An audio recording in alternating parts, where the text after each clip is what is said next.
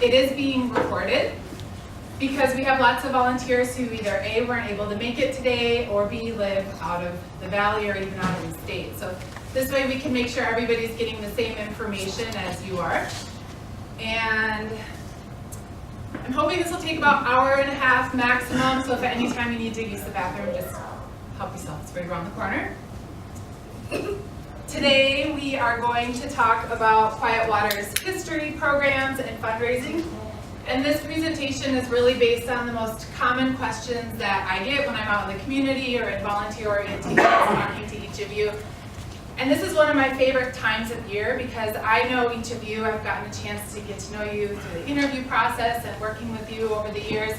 But this is the first time a lot of you get to meet each other. And hopefully, by looking at your name tag and maybe which FX you're on or what role you play, you can connect with other people with either similar roles or who are going to be on the same week as you. So definitely take advantage of that.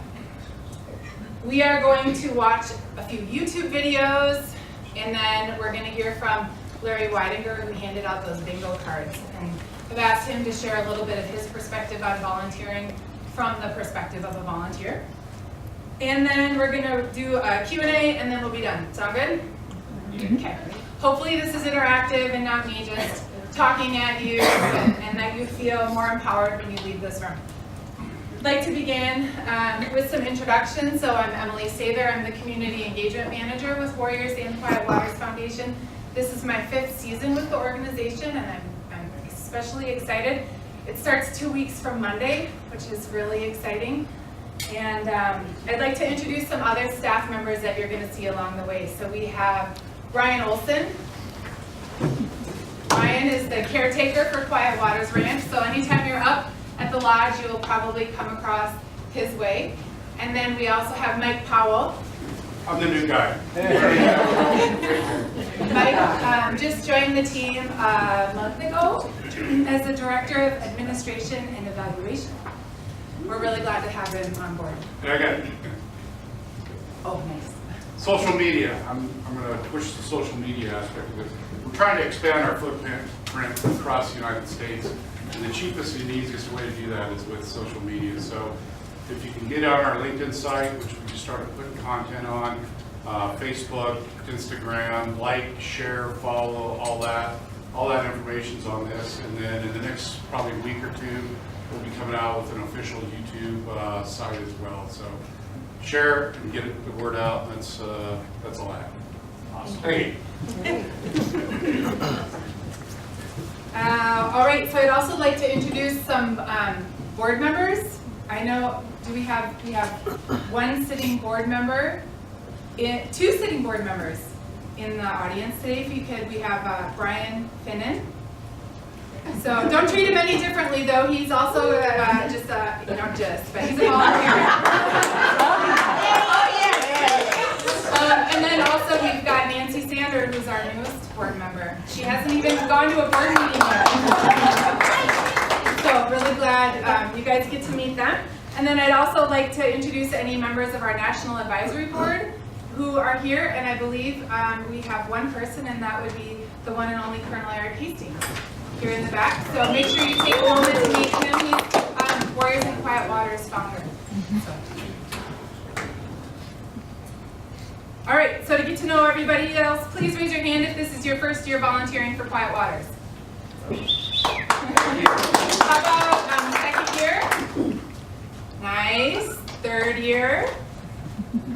4 or more years. Awesome. Thank you all. So the reason why I wanted to do that is I am very appreciative of those who have been to an orientation before but chose to participate again. I think you can always keep learning. You'll learn something new about Quiet Waters, what's going on. You are all the organization's top ambassadors for the program, and you all have lots of support among each other here in the room. So why did we ask you to attend an orientation? To orientate us. To orientate you. Why else? To answer questions. Meet each other. Meet each other. Need tools. Gain tools, yes, exactly. So all of those are along the lines of, you are the foundation's top ambassadors. We're not paying you to say anything about what Warriors in Quiet Waters does, or who we are, or what we do, and how we accomplish that. You get to speak authentically from your own experience. And that's really empowering. So we want to provide you with history and program information so you can be thoughtful ambassadors. We want to get everybody on the same page as far as who we are and what we do and how we do it.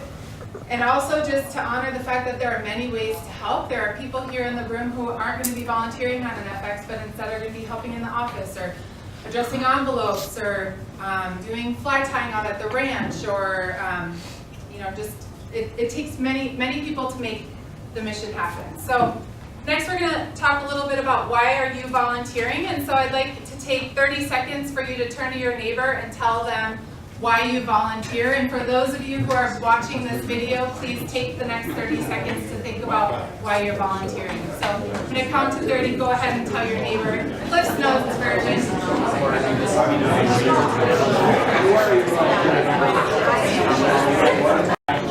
Thank you for doing that. So chances are you said one of these two things or something along these lines. You're volunteering to help someone else or to give back to a cause you believe in. So some 2018 statistics. Last year we had 257 volunteers from 27 different states donate 11,716 hours. One of the cool statistics that Mike brought to our attention is that in the state of Montana, the dollar value per volunteer hour that you contribute is equivalent to $22 per hour. So you're saving the organization something like, well, 22 times 11,000. It's over $200,000. Yeah, over $200,000. And what's even more special is those are the qualities that you're providing are things that you cannot buy. You can't buy time, love, camaraderie, trust, connection, security, laughter, joy. So as I've said before, there are many ways you can help on the organization. In case you were playing that bingo card and you were wondering who Boston is, this is Boston. He's the neighbor dog, an unofficial mascot. You can help with fundraising. So if you are particularly excited about fundraising or event support, we have committees, we have events happening every year, so talk to me later. We've got a bunch of volunteers coming to the office on the 2nd to stuff fly boxes and do all the pre-season gear prep as we get ready to launch programs. There's maintenance opportunities up at Quiet Waters Ranch, anything from picking up trash to painting, trimming trees. We're really grateful to our, what's that? Moving snow. Moving snow. We're very grateful to our business and corporate sponsors, to the businesses that provide in-kind support, which keep our program expenses down, community outreach and fundraising events, office support. Of course, you can always volunteer on a fishing experience if you're selected to do that. Cooking for volunteers. This year, PEO chapters from across the valley are donating desserts for Fly Fishing 101 and the Friday night sayonara dinner. So just a way to get even more people engaged in meaningful ways. And then there's also, of course, teaching the fundamentals of fly fishing, whether that's what is this equipment that you've just been given, or how to tie a woolly bugger. So I mentioned this before, Warriors in Quiet Waters is governed by a board of directors. There are 10 full and part-time staff members, as well as a national advisory board whose primary purpose is to increase our national awareness of friends and funds. Somebody read the mission for me, please. Through the experience of fly fishing in Montana, WQW is a catalyst for positive change in the lives of post 9/11 combat veterans. Thank you, TC. So I've highlighted two parts of the mission that I think are particularly important and what make us unique. Hey, Troy. Our fly fishing in Montana, we don't have any chapters or affiliates. Everything is rooted in fly fishing. And then we also specifically serve post 9/11 combat veterans. As I mentioned, we're based solely in Bozeman. We don't have any chapters or affiliates. We serve post 9/11 combat veterans, couples, and military caregivers. So a question I often get in the interview process is, well, how do people learn about Warriors in Quiet Waters Foundation? And this is speaking for participants. So most people learn about Quiet Waters through an alumni referral. So somebody came through the program, they have a trusted relationship with their friend, they say, hey, I came through this, I think you should check it out. So they apply. Social media is a big one, staff outreach, just a general website search, and then other, I think this is funny, the most common reasons were my wife applied on my behalf through the Sims Waiter promotion, and then through Sergeant Mack. I did not introduce Mike and Barbara McLeod. Mike and Barbara McLeod in the corner there, you'll see them on FX's. They oversee all the Quiet Waters photography and are good friends of the organization. So another great resource. Is Mike in the water in that picture? Oh, he was under the water. No, he doesn't know how to use an iPhone. So people regularly ask, how do people get selected for the program? So first, they have to apply, which includes submitting a DD-214 or a 1 or 2 page summary of military service. The DD-214 for you non-military folks is a record of your military service. You get that when you retire. So, sorry. Or honorably separated? Or separate. Yeah, sorry. We also have so 2 people on staff who work specifically in Warrior Services, Chris Wagner and Saul Martinez. Both of them are actually alumni of the program who came back and volunteered and then eventually came on staff. So their purpose is to screen all of these applicants, review the DD-214s, and then if somebody is considered, they then confirm combat experience, and that can be done. Confirmation of a Purple Heart, a Combat Arms MOS, or awards or decorations specific for combat operations. And one of the things I just want to clarify is there is a Purple Heart in our logo, but you are not required to have a Purple Heart to participate in the program. And then also participants must have demonstrated the desire for positive change. So we're not just a free fly fishing trip. It's not an opportunity to check something off your bucket list. It is, you are here for a reason and you need to be here, and you're really seeking camaraderie, connection, moving your life more forward in a positive trajectory. So this fall, Quiet Waters distributed an anonymous survey to Warrior alumni, volunteers, and donors. And one of the questions that was asked in that survey was, what is the most pressing issue faced by the post 9/11 veteran community? And we were really interested to see that the answers across all 3 channels, so volunteers, donors, and warriors, all replied the same way. So the third most pressing issue was the transition to civilian life.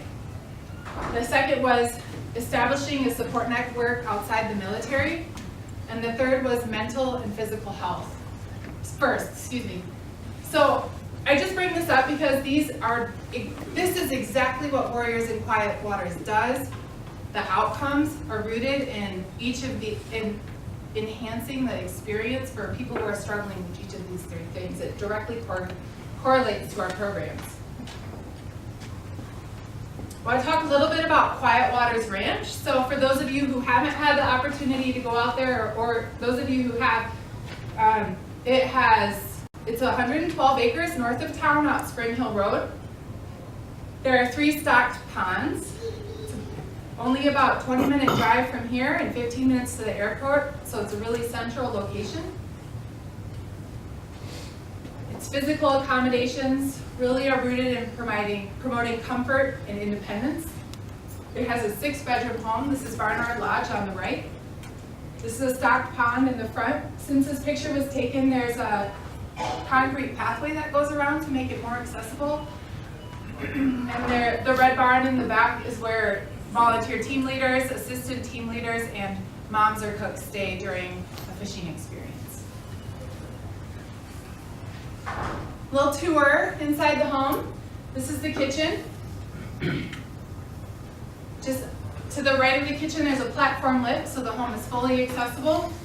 Just up the flight of stairs, or the top level of the lift, is the living area. And then we've got 6 bedrooms, each with their own private bathroom, most of which are ADA accessible. There's also the Taylor Pavilion, which is a really nice place to have evening meals and watch the sunrise.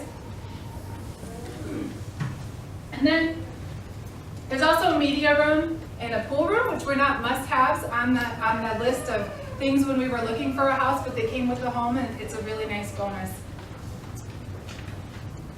So talking specifically about fishing experiences, you'll hear us throw a lot of acronyms out: WPW, FX, TL, ATL. FX means fishing experience. That is our program, the fishing experience. Most are 6 days in length. This year we are running programs April through November, and each week of programs has between 4 and 12 participants. We did our second ever ice fishing experience. This is a program that is not for the faint of heart, and that was the Warriors' favorite part about it. The solo fishing experience is the most common, and it's the model for which everything else is based. 6 days in length, and it pairs a participant up with a licensed guide and a companion. That's Larry, doesn't he look ready for anything? We've also got the women's fishing experience. So last year we did our first ever women's fishing experience for female combat veterans. We're going to be doing 2 of those this year. A couples fishing experience for alumni. Now, not everybody is invited to come back on a couples fishing experience. That decision is really rooted in what kind of a relationship do we maintain after the fishing experience, how much leadership did they display, how did they remain engaged, are they really here for the right reason? And so we're doing 2 couples events this year. We're also doing 2 military caregiver FXs. That doesn't happen every day. And then a coaching fishing experience. So this program was launched in 2017. The Coaching FX is a 12-month program for alumni who are committed towards working towards a significant personal or professional goal with the support of a professional coach. These 2 volunteers came all the way from California to cook for these guys for the week. And this program is one of the ways that Quiet Waters is really seeking to provide long-term enhanced support to alumni. So really looking at that balance of do we continue to serve more people, or do we go deeper with those that we serve, and we continue to come back to going deeper with the people that come through the program. And then the next slide, you'll hear an alumnus from this program talking about his experience. And So now I want to talk a little bit about what makes Warriors and Quiet Waters Foundation unique. There are 45,000 plus veteran service groups nationwide. What makes Quiet Waters unique? We encourage legitimate service dogs to come accompany their handler through the program. You can tell when a dog isn't legit. The handler must provide all food, working equipment, and waste handling. And we also request that the dog behave properly and is under voice control. It's a no alcohol program. I think that's self-explanatory. But just a heads up for moms, please no alcohol in the cooking, sauces, desserts. Warriors and Quiet Waters covers all costs related to participant airfare and travel. Another thing that I think is really unique about our program is we also will provide a child care stipend. So on a couples FX or a single parent wanting to come through the program, if securing child care is a barrier, we will pay for a trusted friend or family member to fly to their home to watch their kids so they can come here in confidence. And the same thing now that we're doing the military caregiver program as a true respite opportunity, we need to ensure that the caregiver that they're caring for on a day-to-day basis has the resources to continue to thrive while their care provider is away. So providing for a healthcare worker or a friend to come step in while the caregiver is gone. We also provide gear to keep, from tippet, floatant, to waders, boots, long johns on the shoulder season. So warriors get to keep all of their gear, hoping that that removes one barrier so they continue to fish if they really took to it when they are after their fishing experience. We hire only licensed guides, particularly those that are familiar with the waters around the area. We provide home-cooked food on every fishing experience.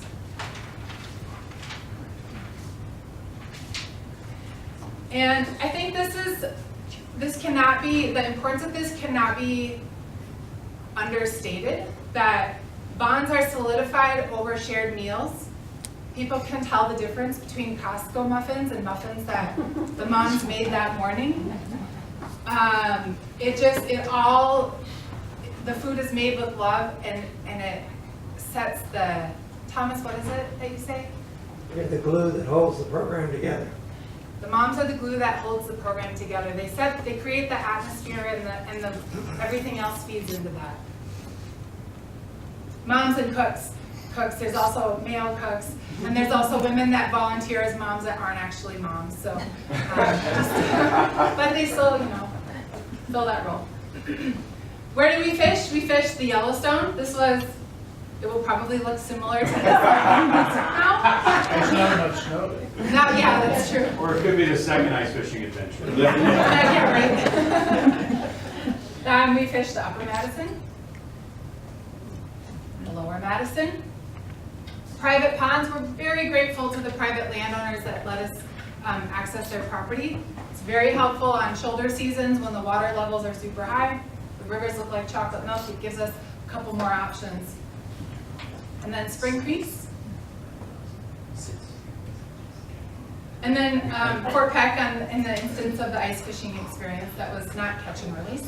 But everything else is catch and release. So that's another part of what makes our program unique. It's all catch and release fly fishing. Revenue, so where does the money come from? 78% of donations are from individuals, people who believe in the mission, family foundations, businesses. So people that believe and choose to financially support. Quiet Waters also has two endowments, one specifically for the maintenance and management of Quiet Waters Ranch, and one for the program. I want to point out, this is the day that the upper ponds were stocked with West Slope cutthroat trout, and that's Colonel Hastings, and he was like a kid in a candy store. He was so excited when he came to the office after those fish had been finally stocked in their pond. It was a really exciting day, because in the evenings, warriors can just go out and wet a line and not have to say anything or bond around other people that are shoulder to shoulder. So we're going to watch a few videos, and then Larry's going to come up, and then we'll take your questions. Sound good? Okay. He elaborates, but with service dogs, there's a good possibility there may be a service dog on your FX. Please just ignore the dog. The dog's there to work.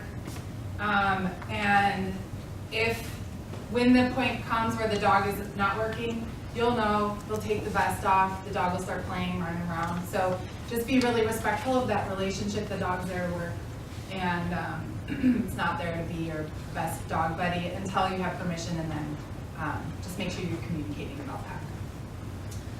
Cool. So I did, while we were listening to Saul, I realized I had forgotten to introduce a couple people. So I did not introduce the support crew. So folks who are here from the support crew, if you could raise your hands. These are guys who are helping behind the scenes and make stuff happen flawlessly. And they're putting everything together each Tuesday of a fishing experience for Fly Fishing 101. So they're well before, I mean, this last year they had hot cinnamon rolls ready for the guys when they got out of the van and hot coffee, so they really have been upping their game. Try not to like set any expectations, but, and then I also wanted to introduce Chef Don, who you will see on any week except for coaching fishing experience. He's out there running the show for the Sayonara dinner on Friday. Now I'd like to invite Larry Weidinger to come up and share his thoughts on volunteering from a fellow volunteer's perspective. Good morning, everybody. How's everybody doing today? Hey, Larry. Hi, Larry. Hi, Larry. Hi, Larry. A whole lot of emotions going through all of this stuff, right? A whole lot of seriousness, everything, right? But one of the things that really makes this program successful is the fact that everybody, by the time Tuesday, Wednesday, and long afterwards, every time you roll out of here, we're all friends, right? We all have a great time, and that really sets up the success of the overall feeling of the FX for the Warriors, the volunteers, anybody and everybody out there. So Emily asked me to just come up and talk a little bit about what it's like from a volunteer perspective. So I'm going to just talk some of the stuff about that. You guys can ask questions at any time, and then afterwards, I believe we've got a question and answer period right afterwards. But please, you can call me anything you want, but late for dinner. Mike loves to make give me a hard time, but a little bit about myself. This is my 5th year volunteering with Quiet Waters. I've done 3 years as a companion, 1 year as a team leader, and I'm going to be a team leader again this year. I have almost 27 years in the Army, and I'm still going. I did 8 years active. I've been in the National Guard since 2000. I've done 3 deployments, all sorts of other fun, cool stuff. Don't feel too bad because the Army did send me to the South Pacific for 6 months. I wore a uniform for half of one day. Other than that, I had Mike's attire on, his little sandals back there. That's what I had. Why do I do what I do? I have seen the success out of this program.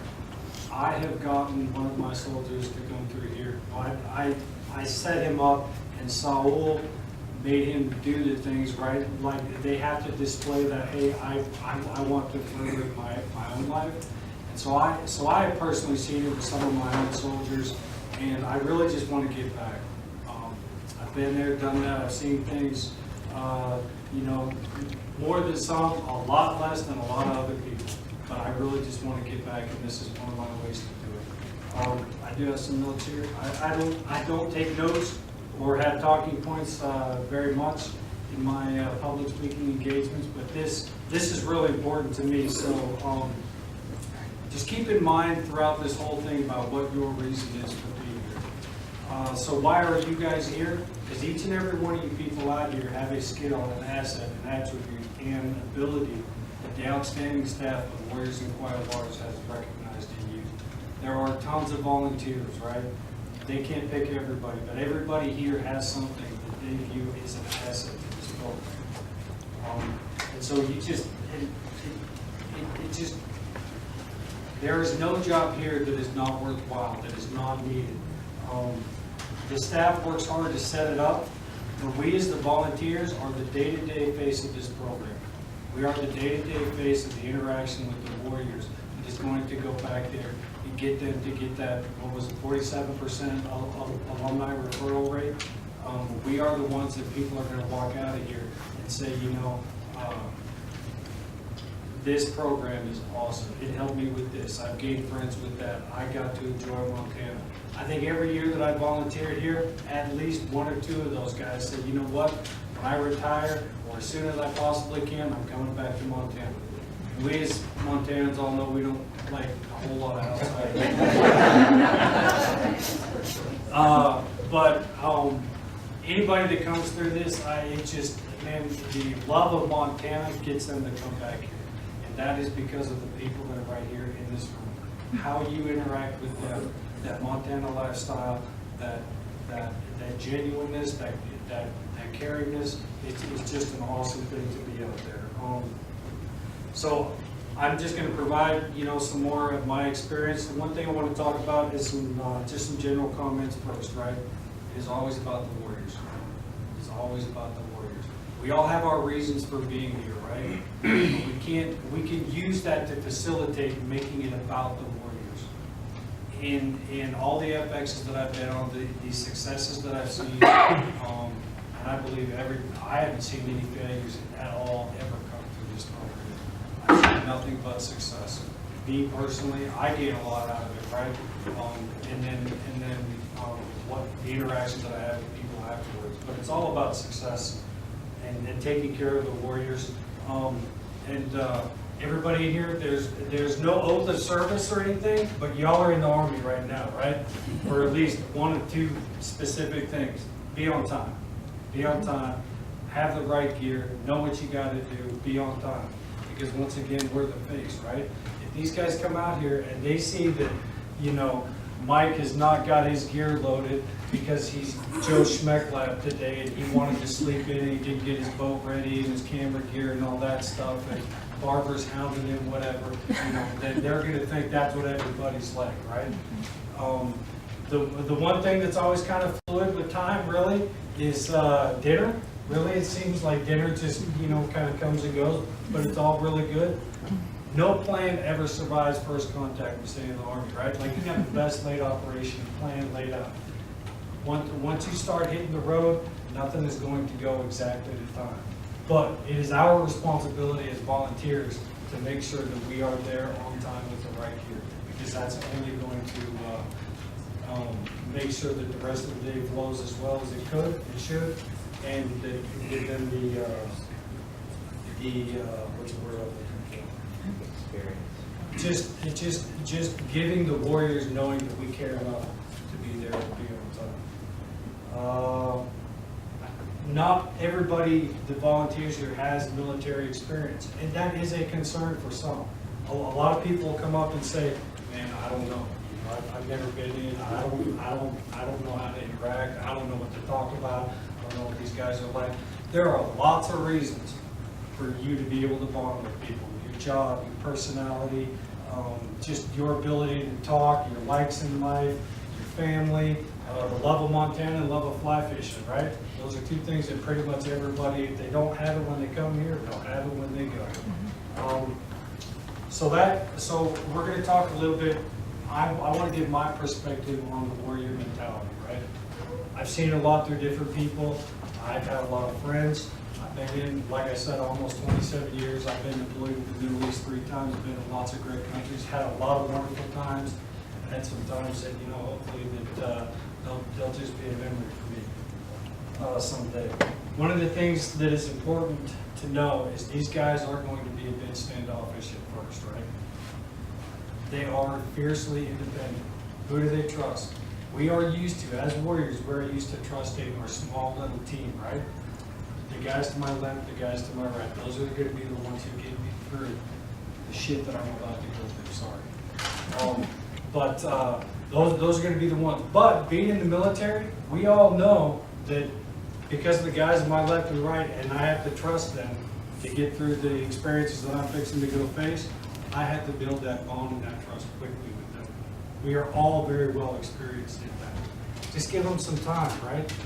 Give them some time to get settled in, go in, check in with mama and hear how the kids are being hellions back home, get their gear stored. There's going to be some guy who's still rolling his socks and his underwear in his drawers. Then there's going to be the Schmecklap private that just throws his stuff from wherever it is. That's how he's going to dig through, because that's like he spent his whole year making his first soldier's life hell, so he can get in trouble by the soldier for room inspections. But give them some time. Once they are comfortable, they will open up. They will be more engaging. They will be more interactive. When they get off the plane, I've seen it happen a couple different times, a couple of different ways. I've seen it in the plane, there's like every companion there, team leader, board of directors and people like that. Now, how I've seen it is it's really limited down to the number of people that meet them at the plane, right? And I think that is a huge success. And that all came out of feedback. One thing to always keep in mind, at the end of your experience, you're going to be asked to give an AAR, after action, we call So keep those things in mind. If you're the type of guy like me, you need to write notes down because, you know, you've got a lot of things going on, whatever. But just keep in mind things that you think are successes and things that, you know, hey, maybe you guys can look at this. But they're gonna get out there to the ranch, let them go put their stuff away, let them relax, let them chill. And then the next day, you know, they're going to be getting more involved. Meal times are great for this, like Emily was saying, meal times are great for getting people to come around and open up. You gotta always remember their comfort level. Empathy, right? You always have to remember their comfort level. I've had some guys open up to me on the second day that they were there. I'm like, wow, I've heard all this kind of stuff before, I've been there, seen it, done it, all that, but this story is amazing. And then there's some guys that all week long, you know, they're wearing the sunglasses and they're all like this, baby guys, right? Yeah. You know I gotta serve his dog, and they don't talk about it, but at the sayonara dinner, pops his sunglasses up, and it's the first time he speaks to everybody as a group, right? And then next thing you know, he's got to pull his sunglasses down because he's macho, because we're all macho a little bit. And he pulls the sunglasses down, and you can see the tears rolling down his eyes as he's talking. They will all open up to some degree, but you have to remember their comfort level. It is not about us. It's not about what's going to make us feel good. They're going to want to fend for themselves. They're fiercely independent. In most cases, guys that have been through significant events, emotional events, they're not going to want to open it up to outsiders, right? But this group, how you guys interact with people, how you guys are genuine, caring, loving, setting up that family environment, relaxing, will all benefit them. And they will probably all open up more with you guys than they will with some other people. But they really just want to come out here and relax, because who doesn't, right? It's Montana, and it's beautiful waters, and they get to go home with great pictures. Because one thing, like Mike and Barbara, I swear to Christmas that they could go back to the Army Sniper School and teach them sneaking around and stuff. If you guys are out there, don't be doing anything you don't want to.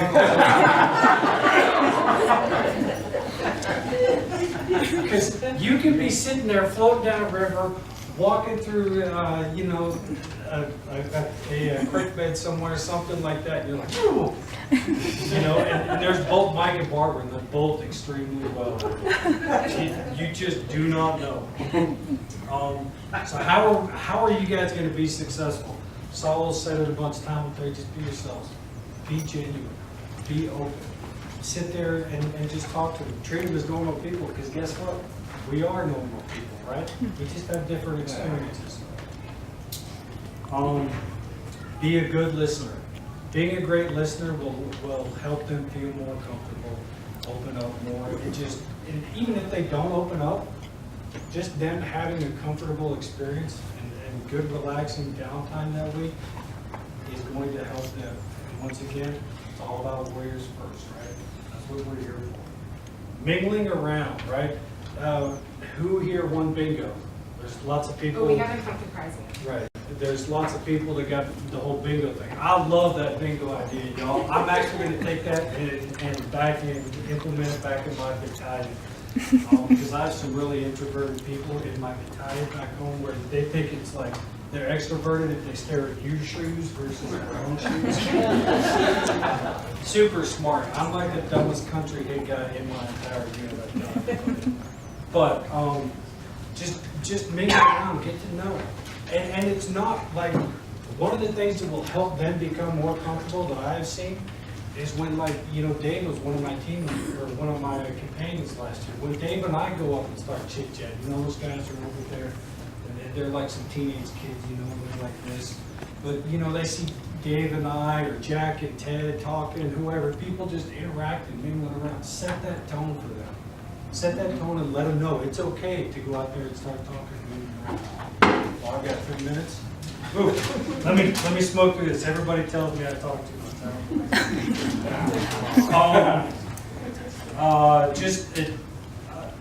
From my own personal experience, you don't ever have to say, man, I wanted to join up one time, but blah blah blah.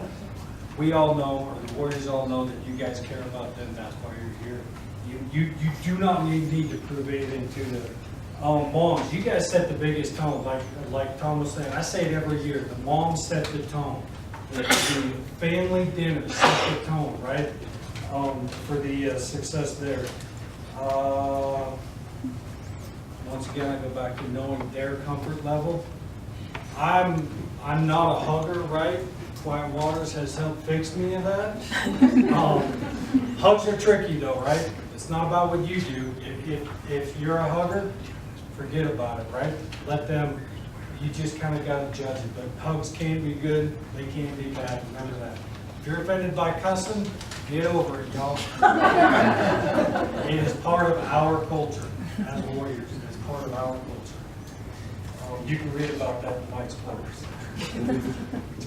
Companions, just be there figuring out what their comfort level is. Once again, being on time, the right uniform, right? Myself as a team leader, I like to give a more military style briefing, which works for me and those guys. It's not going to work for everybody. That's just kind of how I like to do, make them feel comfortable, give them a little bit back into there. Kind of goes into, if you are prior military, be careful how military you are, right?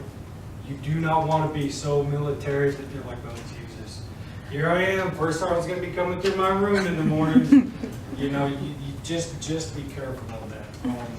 And then team leaders and assistant team leaders, there's going to be some people doing it like co-leaders. Those guys are there to kind of control the chaos, all that type of stuff, give out information. Meal times are hugely, critically important, y'all. One thing in the military, Joe's eat first, right? We always let our lower enlisted guys eat first. It's a respect thing. Make sure that happens there. They will love it, they will see it, they will like it, and it'll give them some familiarity, but it is a respect thing. And once again, it makes them know that they're the first and most important thing out there. But change seats every day, sit next to somebody every day, talking to somebody different every day. I do not. As a team leader last year, I really miss being a companion because I got to work with Lori every day, right? It was just Lori and I, and the fishing guy. But I really did not get enough time to talk to everybody out there. You will run into that. But just to make the most of your time, be genuine, be honest, know their comfort level, and make it about warriors first. Thank you for your time.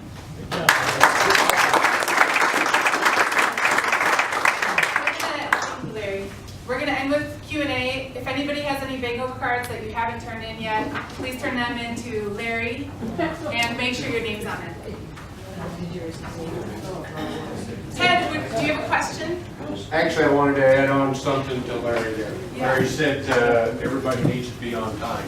That doesn't apply to companions. Companions need to be early. They need to be early.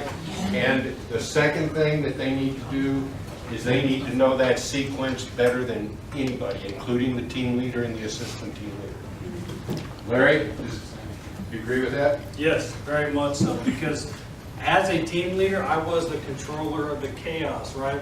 I'm making sure that whoever's cooking bacon doesn't set out the daggum fire alarm, and that you know, we all know where Mike's gonna be. You know, we gotta follow Mike so we can get good pictures and such. But the companions are the interaction with the warrior, right? The fishing guides know where they're going to be, and they're going to tell us, and blah blah blah. That's all good. But the companion is the one that has the biggest responsibility for making that warrior feel like these guys know what the heck they're doing. Like, okay, this is the time, because that's our culture, right? We all know that. We all know the military is an easy life, right? We get told where to be, when to be there, and we get given everything we're supposed to get given everything we need to do it. There's always better gear, but that companion needs to know that schedule because he's going to tell that warrior. And they're going to be the ones to make sure that meets up. Any other questions or comments? I can sit around and hear afterwards if you guys want. I can talk about this. There are some, y'all, this is a great experience. You guys are going to get so much out of this. You should get so much out of this. And then you will grow friendships out of this. I go to dinner with multiple people in here. I sit down there and, you know, some people in this room watch my family drama happen right in front of them. I have a great relationship with a lot of people in here, and it really comes out, and it will serve people throughout the rest of the time. There's people that like to make fun of my love life. Oh, that is so not true. That's outside. My whole thing, guys, is you will maintain, you will grow and maintain a team here that is just super good. It's great. John? Yeah. For the new moms who are doing the cooking, sometimes the fishing gets really good right around that sunset and stuff like that there. So they're always kind of early if the fish is no good, or they're just a little later. It's great to keep in phone contact with when they're leaving the rivers, so you guys can have your stuff all ready and not overcooked and like waiting for everybody to show up. So I think communication with all the people coming back from the rivers is a big help for the moms. And it makes it easier because you know when they're coming back. So, Brian? thank you. Yeah, this is a question for you, actually. If you're planning on doing something special with one of the warriors at a later time after the effects, do you want to know about it ahead of time before planning anything? Is that important? I think I don't understand your question. Well, Something if you're special, gonna- like a birthday cake? No, actually a trip or a meeting with them. Or Oh, something. Do you need to know about it ahead of time? No, I love to hear about it just because it helps me know, because I'm in the office, you know, typing on my computer and making things happen on the back end. So I just like to hear those stories. Okay. Yeah. You don't need my permission. I am in communication with somebody from every FX that I've served on. I also want to make sure people know that, like, it's okay if you're not best friends with the people that you're paired with.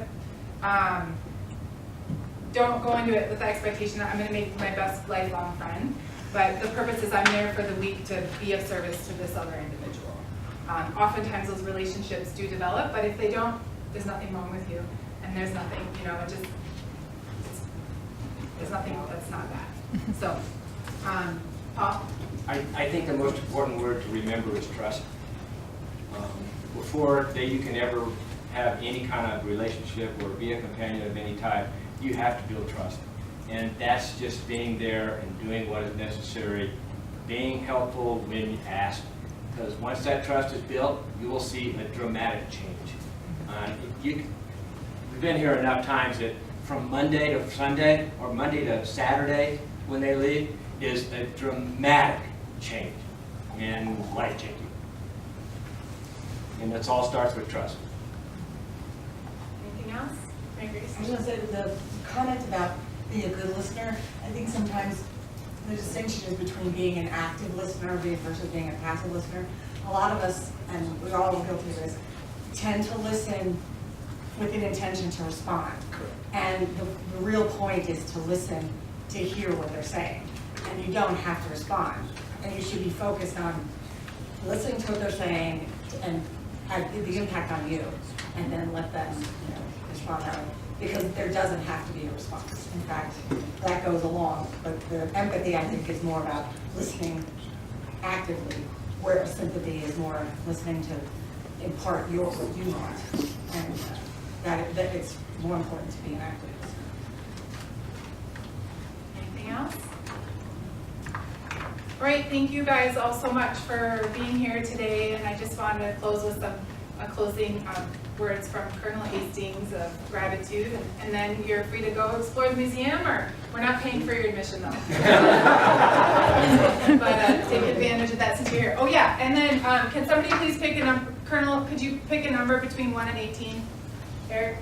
17. All right, will you, that's the second to last one. Drum roll, winner is Mary Grace. This is our riveter. It's a company that employs only military spouses. So it's a dump kit.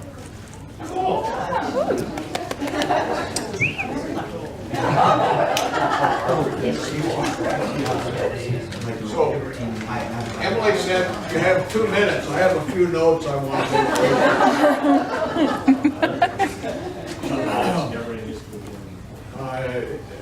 boy, did I hear absolutely everything that as a founder and a person who's been involved with Warriors and Quiet Waters for 13 seasons wants to hear.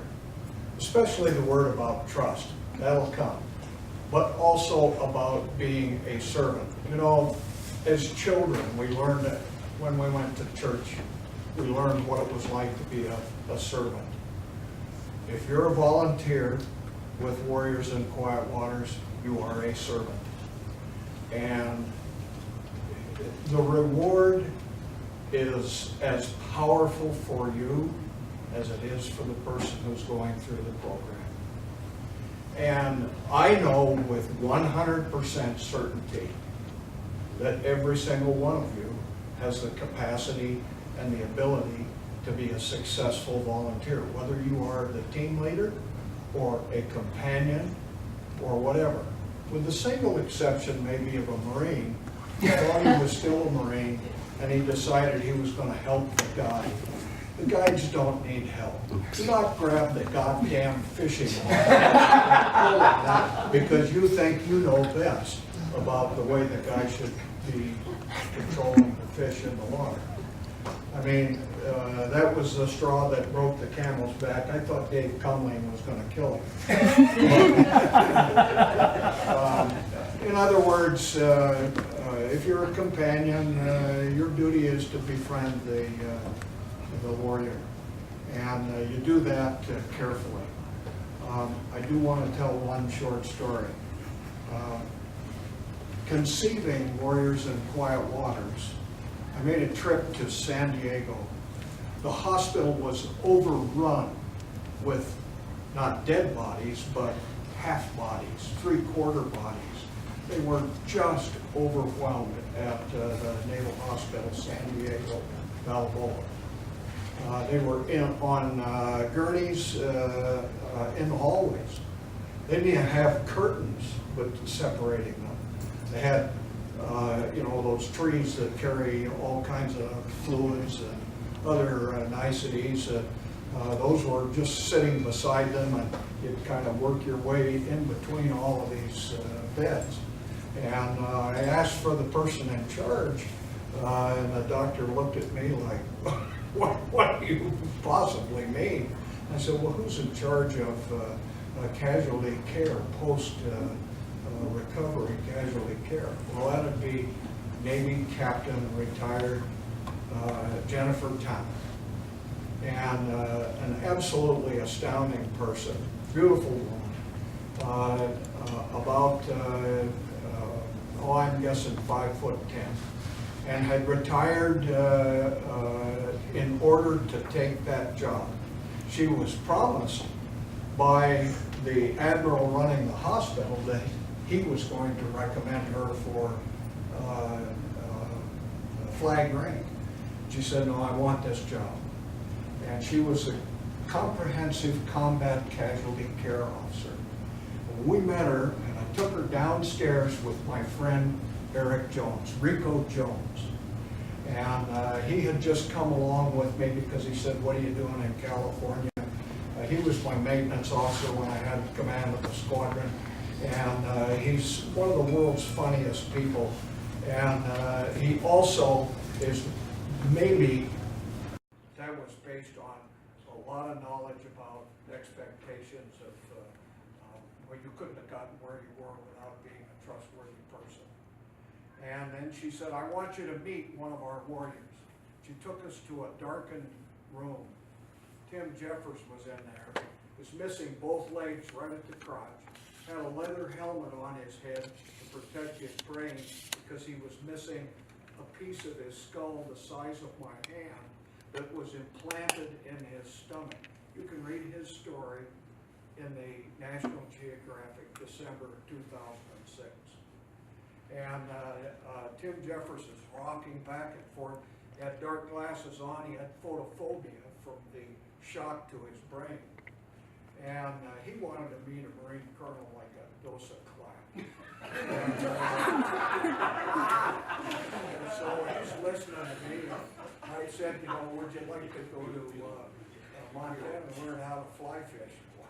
Anything to get this idiot out of my room. He said, oh, sure.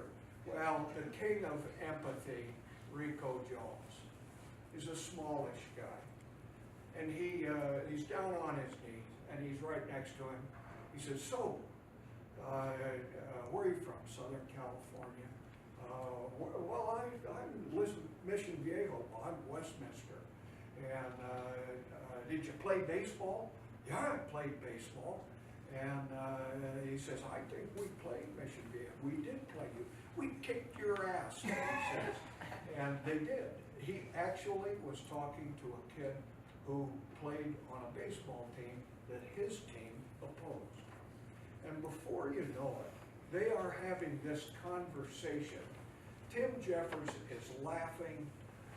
He's taken his dark glasses off in front. I guess, to me, it brought home, it's not the authority that you have, it's that empathy that you show that really makes a difference in gaining the trust that you talked about, that's ultimately going to put the hope and the joy and all of these experiences into the warrior's mind. And I guarantee you, in 6 short days, you'll change his life.